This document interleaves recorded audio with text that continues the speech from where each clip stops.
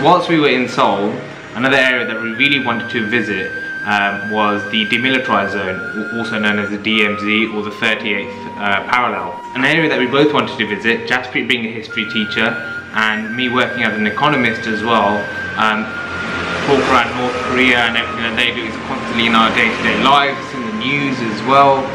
And it's something that we wanted to go visit for ourselves to understand a bit more about the history. The first place we visited on our trip to the DMZ was the Freedom Bridge. Now the Freedom Bridge was originally built at the end of the Korean War, where it was used to send back 13,000 prisoners of war from North Korea back into South Korea. The bridge is now used as a place of remembrance for what happened during the Korean War.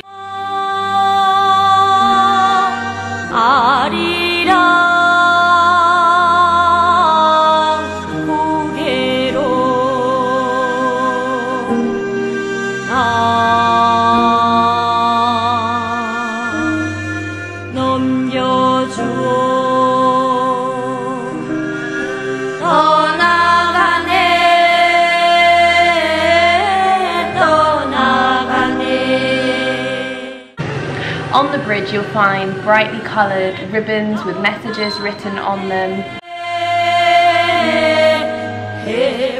And it's also a place for families to come to, especially the families that have been split after the Korean War, those that are living in North Korea and South Korea.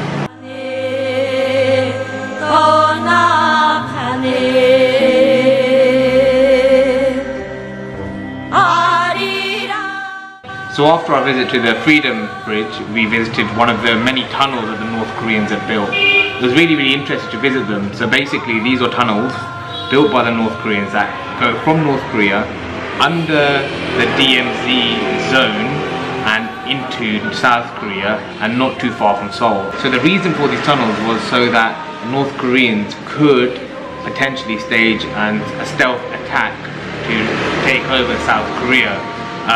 So it was crazy. We had never heard, I personally had never heard of these tunnels before, and we got to go down one of them.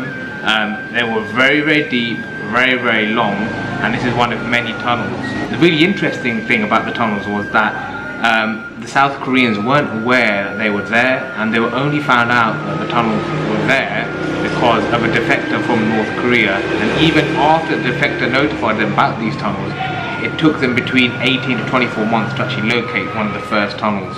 The scary thing about these tunnels is that if the North Koreans wanted to send soldiers into South Korea, they could use these tunnels and transport 30,000 of them within an hour directly into Seoul. We then made our way to the observatory, which was probably the most surreal part of the trip, and this is when we could actually see directly into North Korea. So we could see the famous golden statue of Kim Il-sung, we could see the fake town that's been built by the North Koreans just across the border. So you can see both the North Korean flag on the North Korean side and the South Korean flag on the South Korea side.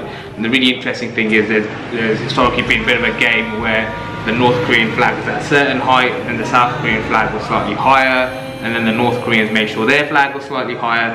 Obviously the South Koreans realised that this was a futile game that doesn't need to be played, so they stopped. So currently the North Korean flag does sit slightly higher, but it's really interesting to see through the goggles there at the observatory deck, and you get a closer look at both of the nations. Now the entire area itself is filled with armed police officers and soldiers and lots of watchtowers obviously as well.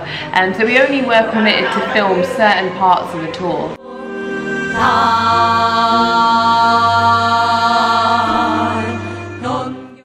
So the final part of our trip was to Dorasan Station, which is a train station that was built in 2007 between North and South Korea in the hopes of trading goods and one day also transporting people after unification.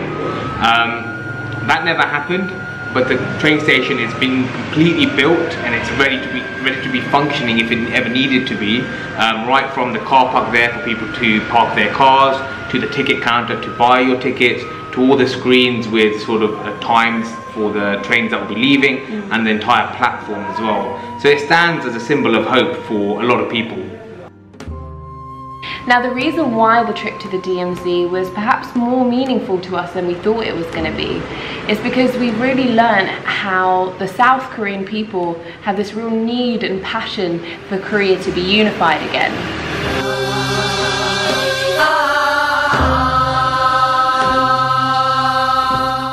What we also learned during our time there is that it's one of the only other countries, like India, that has been invaded, colonized, and then divided. So one of the reasons for this trip was for both of us to travel the world and to better connect with cultures, people, and understand the history of the world.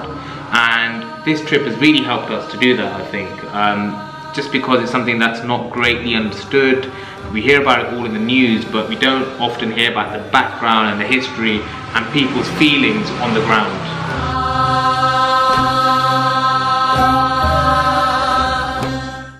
Now, our short trip in South Korea has come to an end, so we hope you've enjoyed our vlogs here. And now we're off to China.